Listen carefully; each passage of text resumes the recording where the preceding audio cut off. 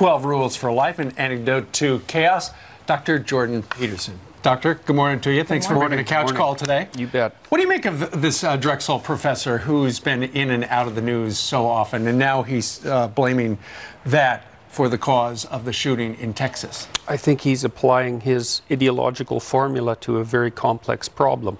And it's an easy thing to do. It's this sort of postmodern formula that's taught to university students everywhere now. What is the formula?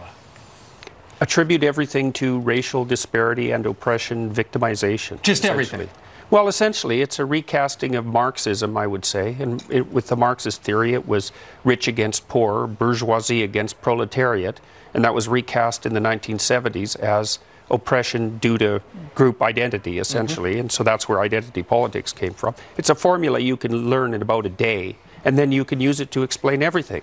College is designed to teach you to think about the world and prepare you for the world outside of college. How is this helping that, and what kind of students are we getting when they're 22, 23, whenever they graduate? You have the tense wrong. College was that. Understood. So, and I don't think it is that in many cases now, especially in the liberal arts, and that's a real catastrophe. Much different than my experience 15, 20 years ago. Yeah, well, things have changed dramatically in the last 5 years, I would say. And we saw this rise of political correctness in the 1990s. It burst forward in between 1990 and about 1993.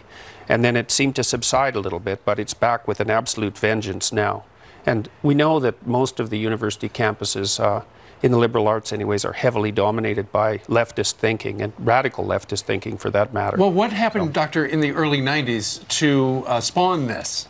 Well, I think it's popped up more or less repeatedly since the late 1960s. I'm not sure exactly why. Started with the anti-war movement? Yeah, with the anti-war movement, but there was a fair bit of radical thinking in the 1960s on the left side, and many of those people ended up teaching in universities. And so, with the rise of postmodernism, that's a huge factor. That was a French intellectual school that was a transformation of Marxism into identity politics, essentially. And because it's, I think, in some sense, because it requires almost no intellectual effort and leaves you with an overwhelming sense of moral superiority, it's very attractive to people.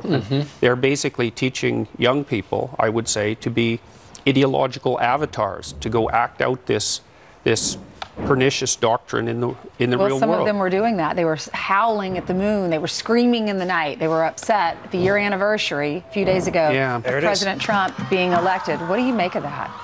Well, I think a lot of that is a kind of narcissism. You know, I mean, that sort of public display.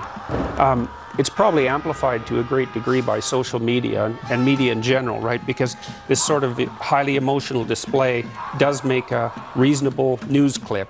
But what's the danger here?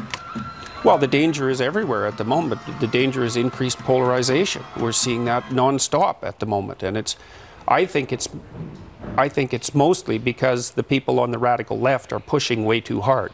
That's my estimate. You see that in Canada as well as the United States and all around the Western world. I want to ask you this because I live in a very Democratic state, Connecticut, right? Yep. None of my friends would ever operate like this. Now, granted, my friends are older. They find this reprehensible. So I mean, it seems like a lot of Democrats are fired up about this idiocy. Oh, yeah. Well, lots of people who were in what you might describe as the liberal center are very unhappy that the political landscape on the left side has shifted way over to the radical leftist side. That's a very common sentiment now. And I think it's happening faster than people really understand. So it's almost impossible to overstate how influential these postmodern doctrines have become and how they're seeping in now into corporations, mostly through HR departments. I read an article, and it was about Barbara Corcoran, and she was talking about people she hires and doesn't hire. And when she's investing in companies like we see on Shark Tank, she says if you're a victim, she hates the word victim and people who have that victimized mentality, where they are the victim, woe is me. Do you see that more and more? Is that like a millennial thing, or is it... Well, it's a form of justification for the use of power. You know, if you're a victim and you can ascribe moral superiority to yourself, then you're justified in the use of force. And I did a paper with a student of mine who toured the mass graves in Eastern Europe, in Yugoslavia, with the UN, and we looked at the precursors to genocide, and one of them was an enhanced sense of victimization that allows you to lash out at the hypothetical perpetrators before they before they do anything because you're being victimized. You saw the same thing to some degree in Nazi Germany. Yeah, Hitler. Because, Hitler felt very victimized. Yeah, Hitler claimed that the Jews were victimizing Germany, essentially. And so once you're a victim and you have all the moral status that goes along with being a victim, then you can't do any wrong, essentially. So. Interesting discussion. Dr. Jordan Peterson's new book is called 12 Rules for Life, an Antidote to Chaos, which we certainly need now. Doctor, thank you very much. Thank you, Doctor. Thank you. Hey, thanks very much for the